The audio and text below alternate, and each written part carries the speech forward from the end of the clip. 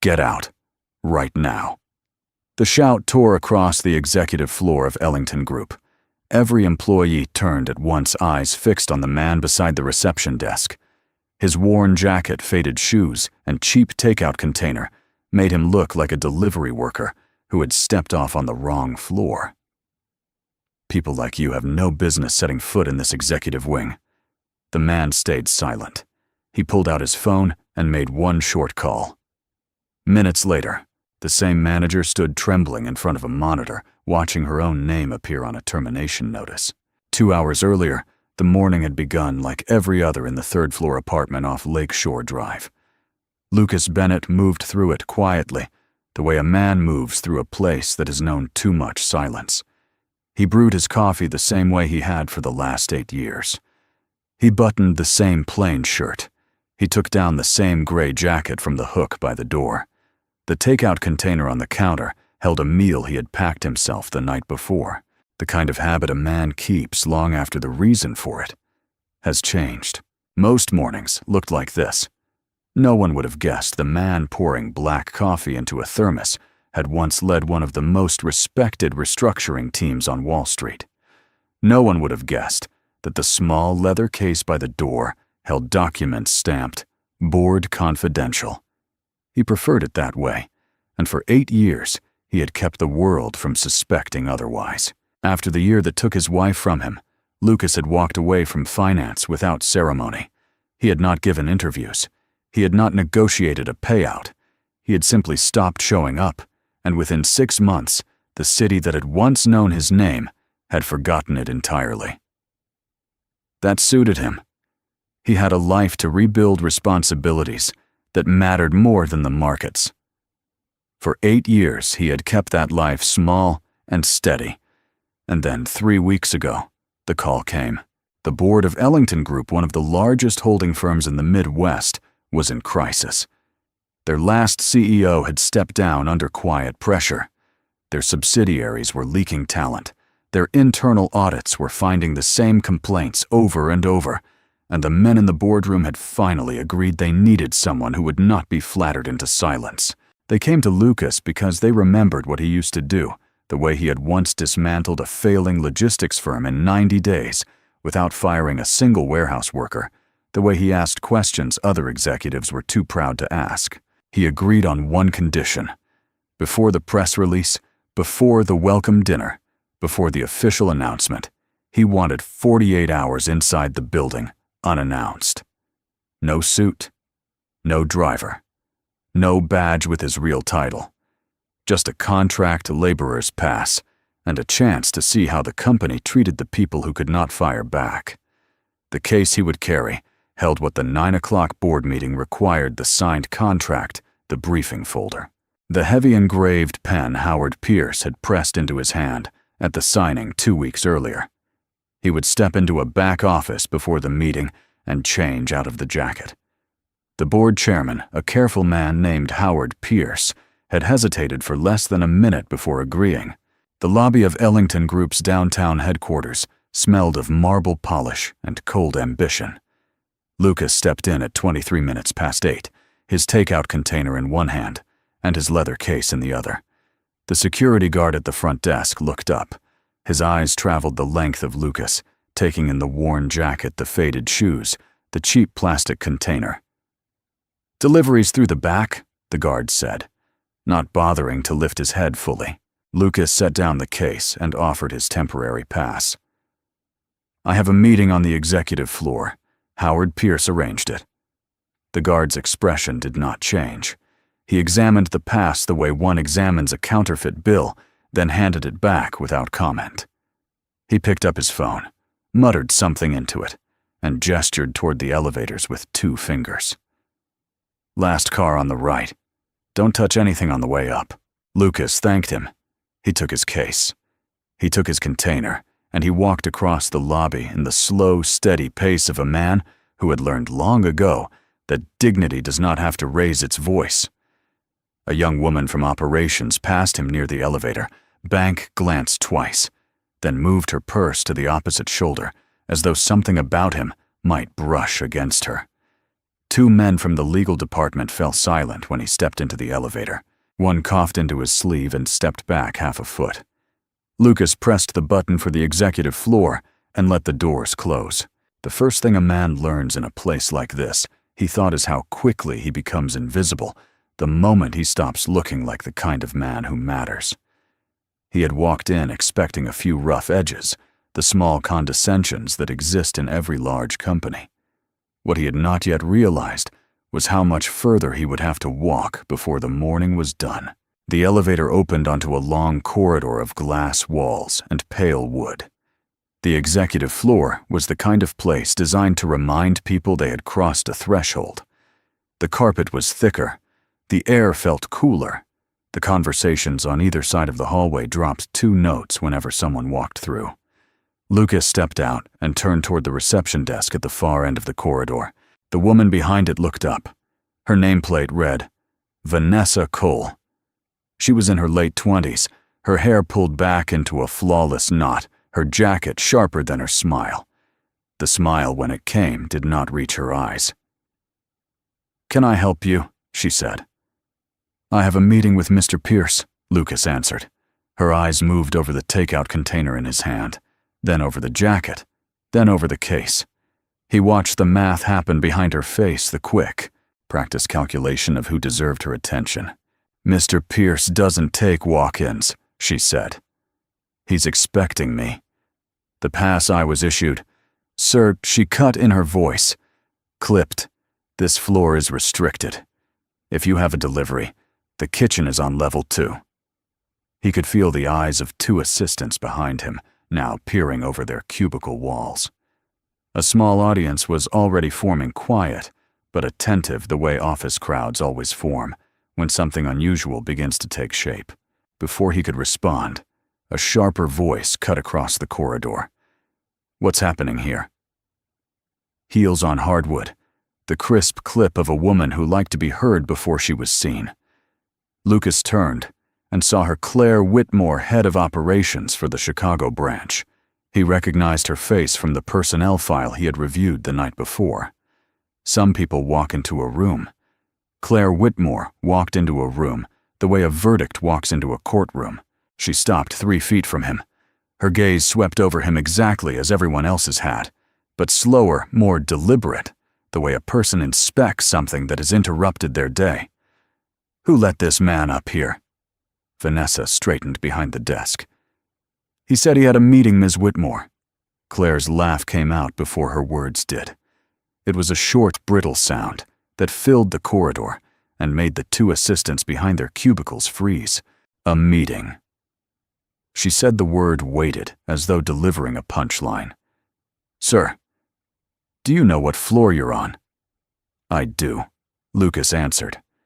"Then you know that contractors and food carriers don't have meetings here." He met her eyes.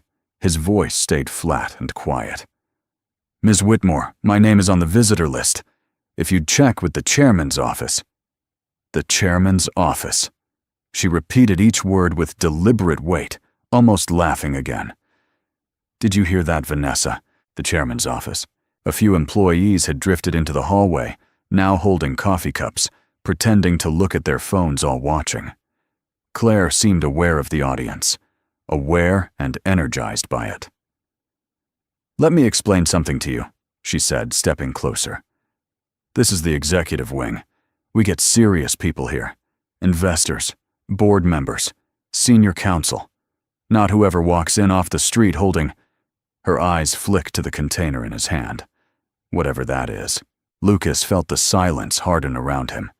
He had seen scenes like this in quieter forms over the years, a host's eyes drifting past a tired customer, an airline clerk reserving her best smile for the first-class line.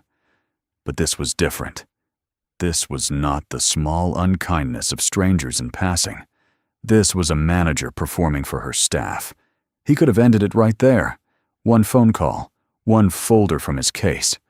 But the longer Claire spoke, the more clearly she was answering the questions he had walked in to ask. "I have a temporary pass," he said. "It was issued yesterday. If you would simply call the chairman's executive assistant, this can be resolved in less than a minute." A temporary pass. She held out her hand. Show me. He reached into the inside pocket of his jacket and produced the clip-on visitor card. She took it between 2 fingers, as though it might leave a residue on her skin.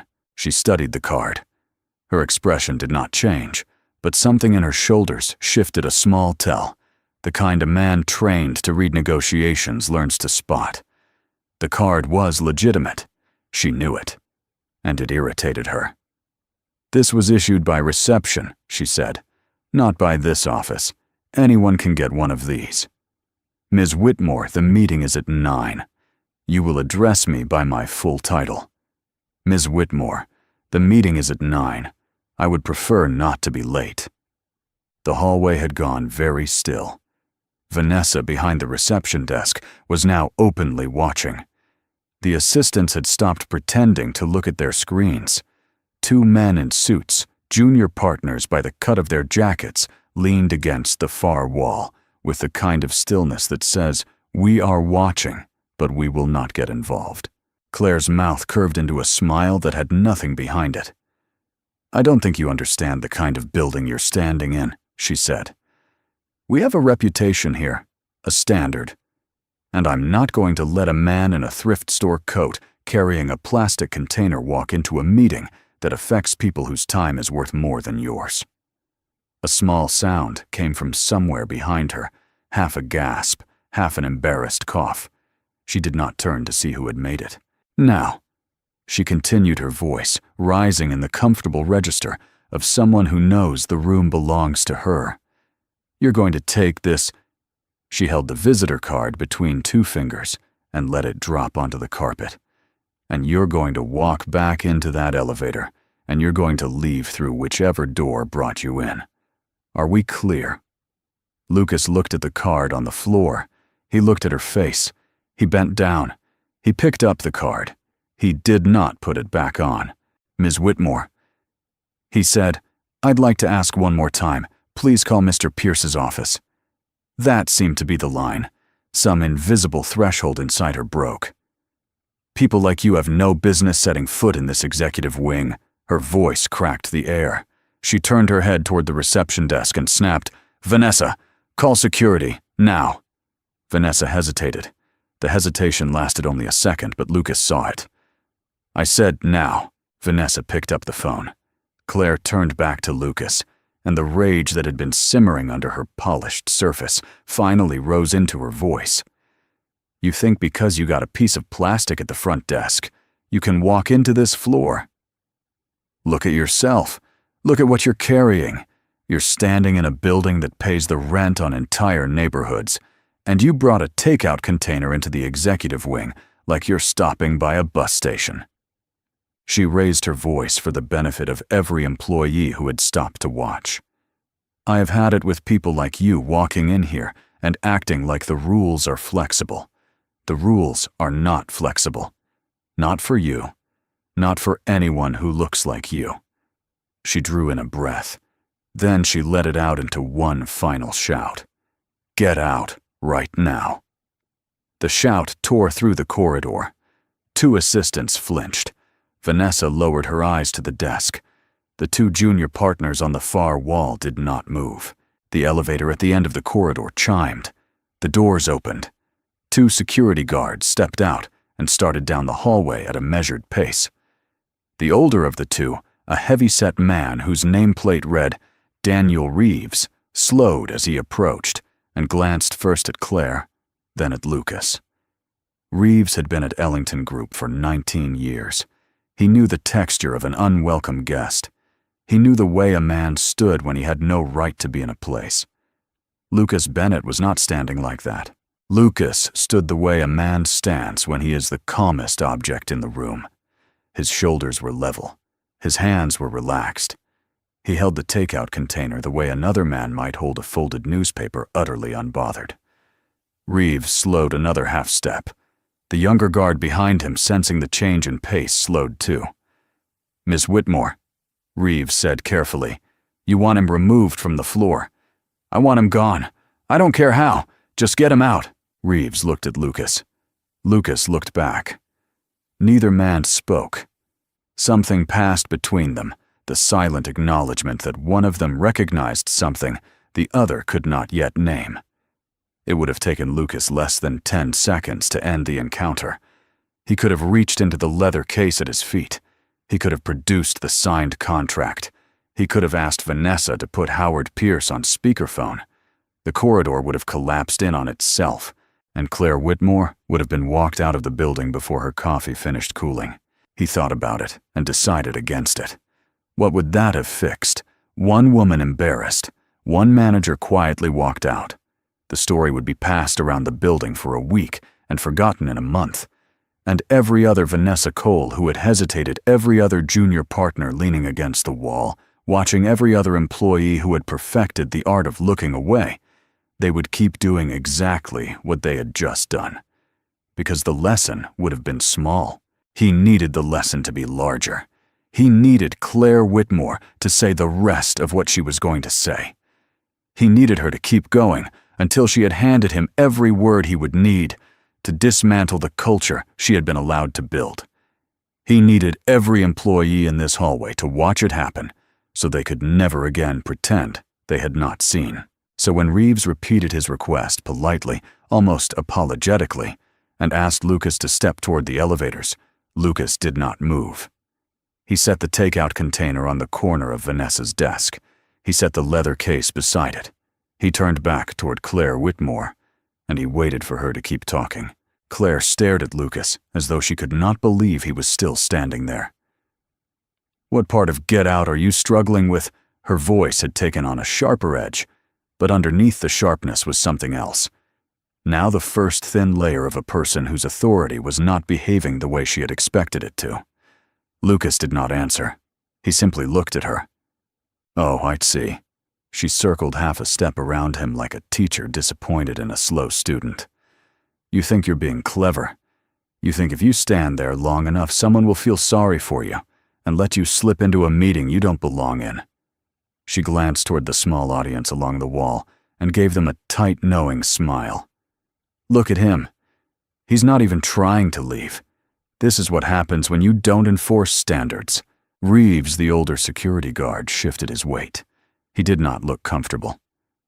"Ma'am," he said quietly, "if he's got a visitor card."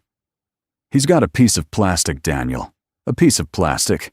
Anybody can get one of those." She turned back to Lucas with the bright, theatrical confidence of someone enjoying her own performance. "What is it, sir? Are you here for a free coffee trying to make a point? Or did some struggling single dad get the bright idea that he could con his way into an executive office to drop off a resume?" The last word landed like a slap. It was the first time in the encounter that Lucas felt something move in his chest. Not anger, exactly, but a small, cold tightening of the muscle that had been keeping his face still. He absorbed it. He let it pass. Then he watched the employees in the hallway. Two of them looked away. One of the junior partners by the wall winced. Vanessa Cole behind the reception desk was holding the phone like she had forgotten she was still gripping it. But no one spoke. That was the lesson Lucas had been waiting to read. Not Claire's mockery. The room's silence. 30 people all wearing the kind of badges that said, "This is your career, your livelihood, your future." And not one of them was willing to lose any of it to push back against the woman in front of them. He filed it. He stored it. He kept his face still. Claire took the silence for victory. She stepped closer. "You don't even own a real shirt, do you? Are those shoes secondhand? I bet half the people in this building have shoes worth more than your monthly rent." She turned her head toward Vanessa without looking at her. "Vanessa, has the police line picked up yet?" "You said security, Ms. Whitmore." "I'm escalating. Get the police on the line.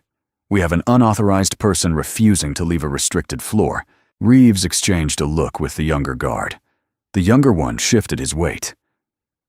"Ms. Whitmore," Reeves said again, "I really think we should—" "Did I ask you what you think Daniel—" He stopped talking. That was when she made the mistake.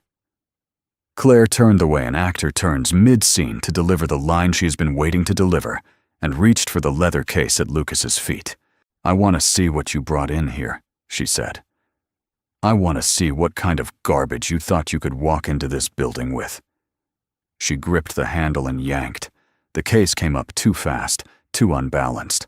The clasp, which Lucas had not bothered to lock for a 48-hour walkthrough, came undone. The case dropped sideways onto the carpet. Papers spilled. A red folder stamped in clean black serif type with the words "Board Confidential" slid out across the polished floor and stopped near the leg of Vanessa's desk. A bound contract followed it, the kind of cream-colored stock that only legal departments use. And from somewhere inside the folds of the case, a single pen rolled across the carpet, heavy-weighted the engraving on its barrel, catching the overhead lights as it turned over. The pen stopped at the toe of Vanessa's shoe. She looked down. Then she went very still. The corridor around them dropped into a silence so complete that Lucas could hear the hum of the air conditioning 2 floors below. It was the engraving she had seen first. Lucas could tell because her eyes had not moved away from the pen. She was reading it. She was reading it twice. Lucas Bennett, Chief Executive Officer, Ellington Group. It was the kind of pen the board gives a new chief executive at the signing of the contract. It was, in fact, the exact pen Howard Pierce had handed Lucas across a mahogany table 14 days earlier, with a quiet handshake and an instruction to make this company worth its name again. Vanessa's hand drifted almost without her knowing toward her mouth. One of the junior partners by the wall said very softly, "Oh my God." Claire saw none of it. She was still bent at the waist, still pulling at the case, still riding the momentum of her own performance. She kicked at the spilled papers, as though they were trash someone had brought in off the street. "Look at this," she said, half laughing. "He's got fake documents. He stole letterhead. Daniel, are you seeing this? This is identity fraud. This isn't a delivery man. This is a criminal." "Ms. Whitmore," Reeves's voice was low now. "Ms. Whitmore, you need to stop." She did not hear him. Or she chose not to. "Get the police on the line. Now. I want him in handcuffs before he leaves this building." She bent and snatched up the red folder. "Look at what he forged. Look at this. Board Confidential. Who does this man think he is?" The pen still lay at Vanessa's shoe. That was when a woman stepped out of the crowd at the back of the hallway. She was somewhere in her early 50s, gray at the temples, a clip-on company badge identifying her as Amelia Hayes, Senior Coordinator Operations. She had been at Ellington Group for 26 years, longer than anyone else on this floor, and Lucas recognized her name from a list of internal complaints, filed and quietly dismissed. "Claire." Amelia's voice did not rise. It did not need to. "Claire, that's enough." Claire turned her head, startled. "I'm sorry." "I said that's enough." Amelia stepped past her and bent down. She picked up the pen. She turned it in her fingers so the engraving caught the light. Then she held it out flat across her palm, where every employee in the corridor could see it. "Read what's on this pen, Claire." "I don't have to read anything." "Read it." For the first time that morning, Claire's voice came out unsteady. "It's a fake." "It's not a fake. Anyone could engrave a pen, Amelia. Anyone. Anyone could not engrave the chairman's gift to the incoming chief executive of this company. Read the pen, Claire." The corridor watched. Claire's eyes moved slowly against her own will to the small, bright letters on the barrel. She read them. She read them twice. Her face did something Lucas had not seen it do all morning. It stopped performing. But pride is a difficult animal, and Claire Whitmore had built an entire career on never being wrong in front of an audience. She straightened. She lifted her chin.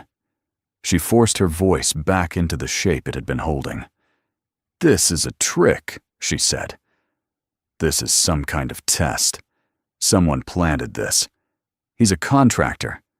He's been seeded with these things to make us look bad." "Claire, he is a delivery man. Look at his clothes. Look at his—" "Claire, I want him out of this building right now.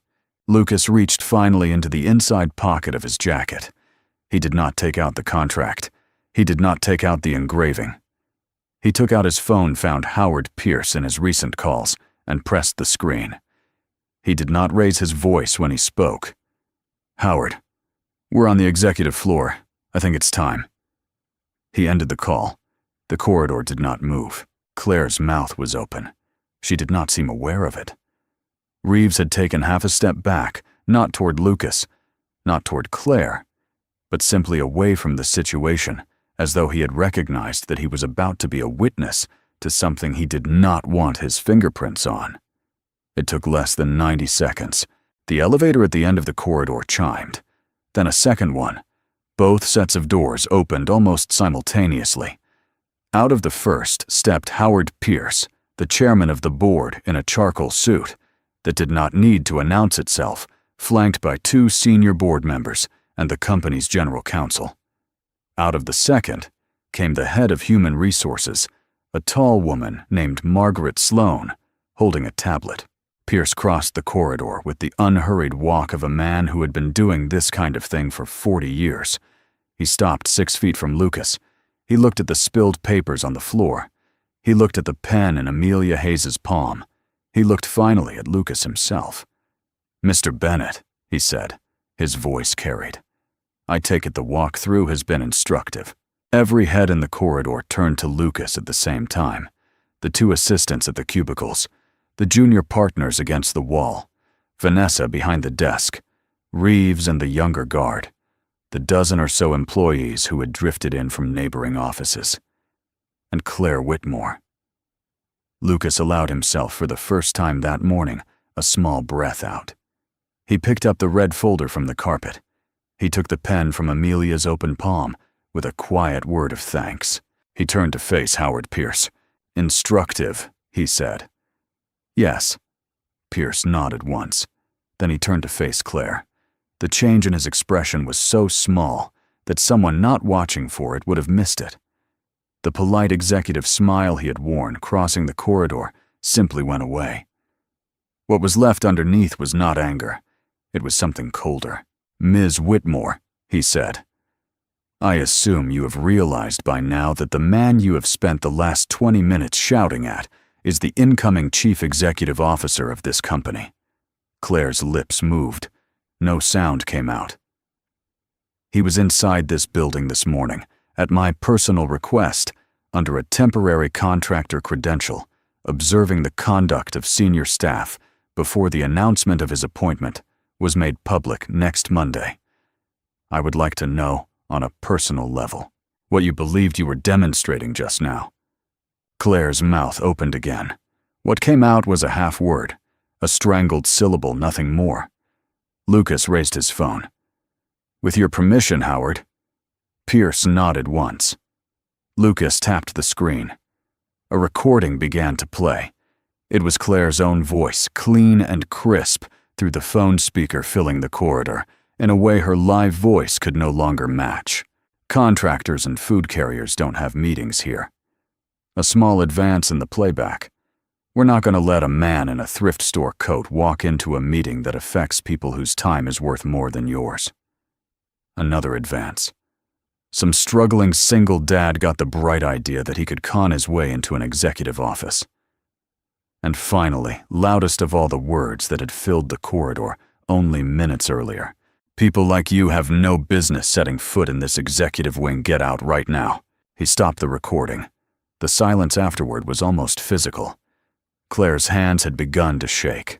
She had not seemed to notice yet, but Lucas saw it. Pierce saw it. Margaret Sloan from Human Resources stepped forward and held out the tablet to Lucas. She did not say a word. Her face said everything that needed saying. Lucas took the tablet. He set the leather case back upright on the corner of Vanessa's desk. He took out the heavy engraved pen, the one with his name on it, the one Claire had dismissed as a fake, and he opened it. He turned the tablet so that everyone in the corridor could see what was on the screen. It was a single document prepared in advance, drafted with the legal language exactness of a document that had been waiting for a signature. At the top of the document, in clean serif type, 2 words stood out from the rest of the text. Termination notice. The name below it read, Claire Whitmore. Lucas pressed the engraved pen to the screen. He signed the line. At the same moment, in 3 places along the executive floor, above Vanessa's desk, on the digital display by the elevator bank, on the bulletin screen, at the far end of the corridor, the company's internal announcement system updated.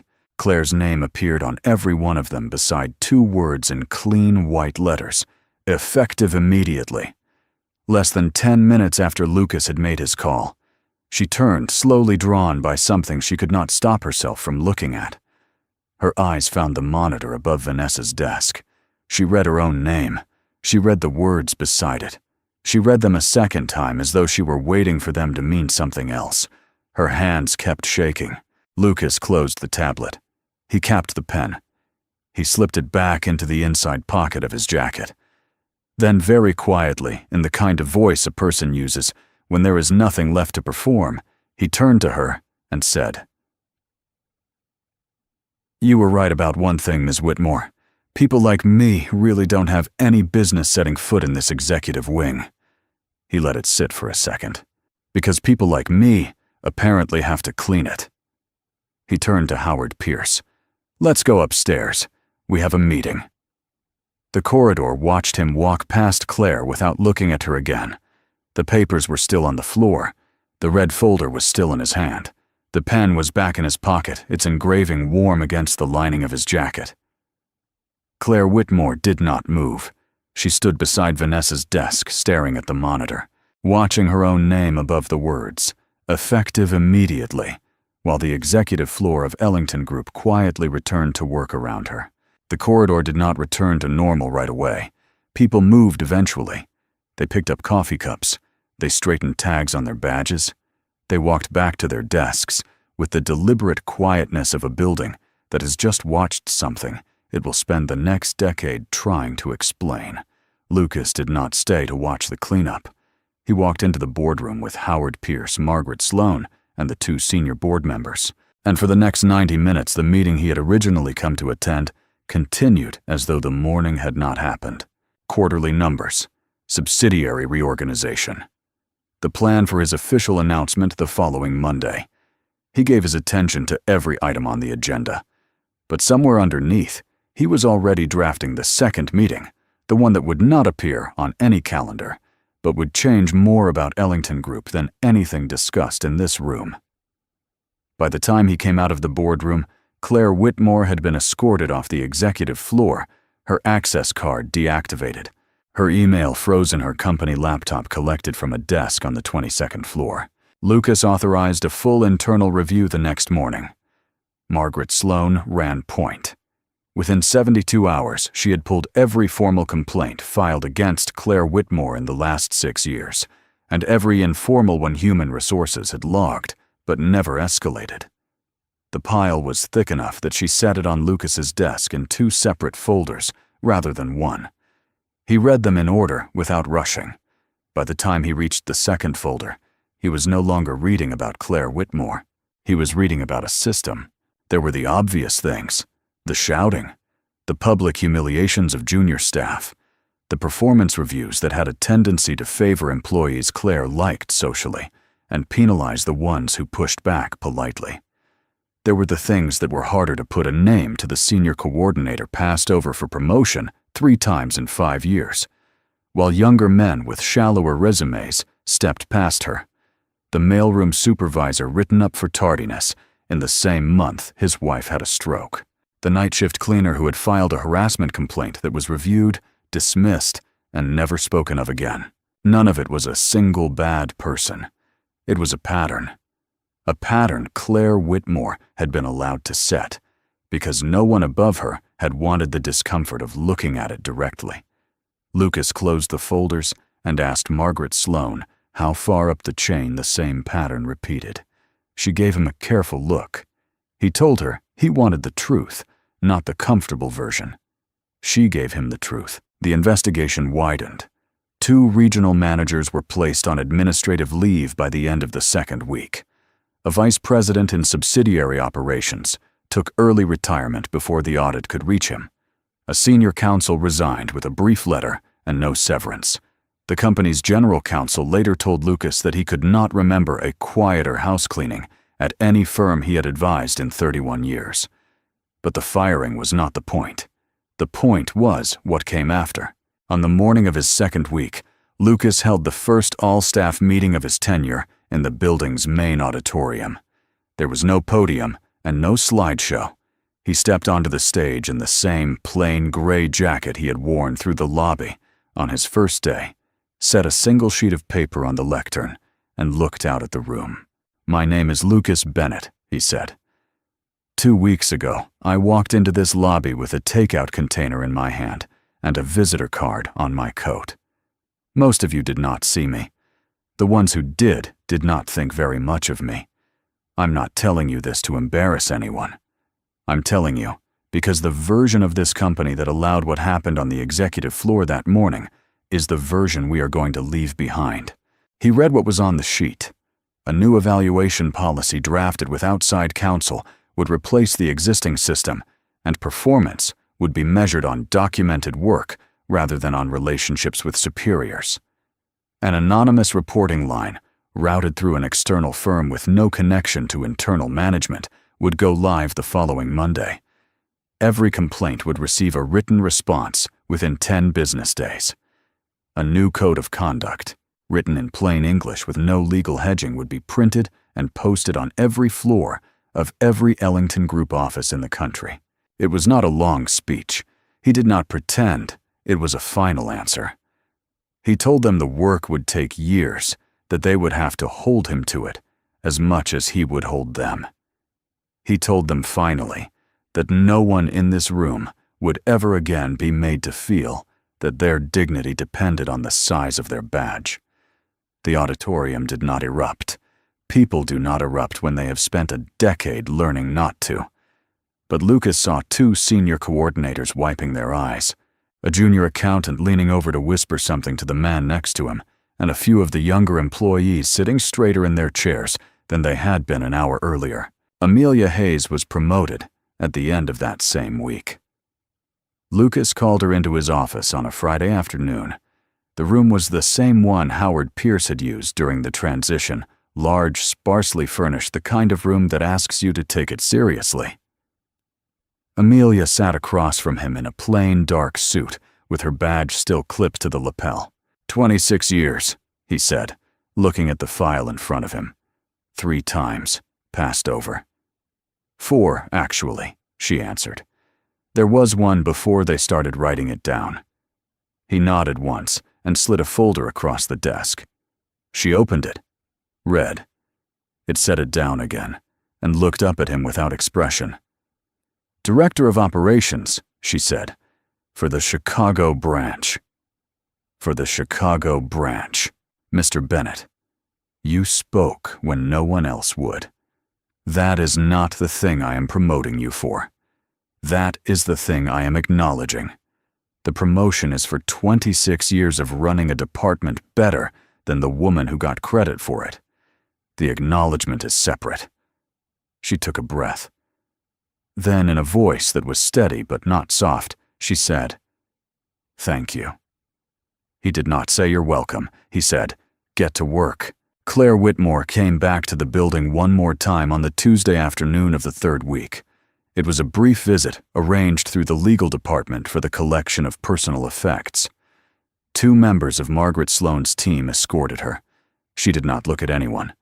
She walked through the lobby with her eyes on the floor, rode the elevator to the 22nd floor, packed a single box of belongings, and rode the elevator back down. She had not asked to see Lucas. He had not asked to see her. But on her way out, as she crossed the lobby with the box in her arms, he was standing at the reception desk, signing off on a delivery for the procurement office. He saw her at the same moment she saw him. She stopped. She did not know what to do with her face. Lucas straightened. He walked toward her. "Ms. Whitmore." She looked at him. There was nothing left of the woman from the corridor. The performance was gone. What stood in front of him was a person who had not yet figured out what to be in a world that no longer let her be that. "I owe you an apology," she said. "You don't owe me one." "I do. You owe yourself one," Lucas answered. "I'm not the person you injured. The people you injured are still in this building, and they're the ones whose forgiveness, if you ever want it, is the only one that matters." Her jaw worked. She did not cry. He suspected she had used up all of that earlier in the week. "I built a career out of being someone other people were afraid of," she said. "I didn't know I was doing it. That's the part I know." She looked at him for a long second. Then she nodded. She shifted the box higher on her hip. She walked to the front doors, and she did not look back. Lucas watched her go. He did not feel anything that surprised him. Not pity, not satisfaction, just the quiet acknowledgement that a story he had spent 2 weeks closing was now in the only way that mattered closed. He turned and went back upstairs. The seasons changed. The company changed with them. By the following summer, the anonymous reporting line had received 411 submissions, of which 370 had been resolved, with a written response and a documented action. The fair evaluation policy had been audited twice by an external firm. The number of internal transfers employees moving from one department to another because they wanted to, rather than because they were being squeezed out, had nearly doubled. A small but growing number of new hires had told Human Resources in their first-week interviews that they had taken the job because of what they had heard about the way the company treated its people. By the fall, 2 business publications had named Ellington Group one of the 10 most trustworthy large employers in the country. Lucas did not put the article on his wall. He clipped it once, read it twice, and slid it into a drawer. The lobby on the morning of the 1-year anniversary of the day he had first walked through it looked almost exactly the way it had on that first day. The marble was the same. The reception desk was the same. The security guard at the front desk, not the one who had told him to use the back door, but a younger man who had joined the company 3 months earlier, wished him a good morning by name as he came through the revolving doors. Lucas wished him one back, but one thing in the lobby was new. It hung in a simple brass frame on the wall just past the reception desk at eye level for anyone walking toward the elevators. It had not been there a year ago. It had not been there a month ago. It had been installed the previous weekend on Lucas's instruction, with no ceremony and no announcement. The plate read, "Respect is not earned by status. It is revealed by character." Lucas stopped in front of it. He read the words once. He read them again. He thought for a brief, uncomplicated moment about the morning he had walked into this building in a worn jacket with a takeout container in his hand and a visitor card on his coat, and about the woman who had shouted at him because she had been so sure she knew exactly what kind of man he was. He thought about every employee who had stood along that hallway and said nothing. He thought about Amelia Hayes, who had stepped forward when no one else would. He thought finally about the 8 years he had spent away from a world like this, and the things he had learned in those years that no boardroom could have taught him. A pair of senior coordinators were crossing the lobby in the opposite direction. They saw him. They smiled. One of them, a man in his late 40s, whose name Lucas knew because Lucas had made a point of knowing. It nodded to him with the small, respectful nod that working people give to other working people when they recognize one another. Not a bow, not deference, recognition. Lucas returned it. He walked past them. He passed the new sign on the wall. He passed the security guard at the desk. He stepped into the elevator, and as the doors began to close, he caught a final glance of the lobby in the reflection of the polished brass panel. A man stood at the reception desk, now asking for directions. He was wearing a heavy work coat. There was paint on the cuffs of his sleeves. The receptionist on duty, not Vanessa Cole, who had moved to a different desk on a different floor. At her own request, was helping him look up the office he had come to visit with the same patience she would have offered anyone else. Lucas watched the doors close on the small, ordinary scene. He thought as the elevator began its rise of something his wife had said to him once, The way she said most important things quietly while doing something else. The way you treat someone you think is no one is the only honest thing about you. He had carried that line out of finance. He had carried it through 8 years of quiet living. He had carried it into the lobby of Ellington Group with a takeout container in his hand, and he had carried it back out again. And now, finally, it was carved on a wall on the other side of those closing doors, where any tired man in a thrift store coat could read it on the way to wherever he was going. The elevator climbed. Lucas Bennett walked back into his morning,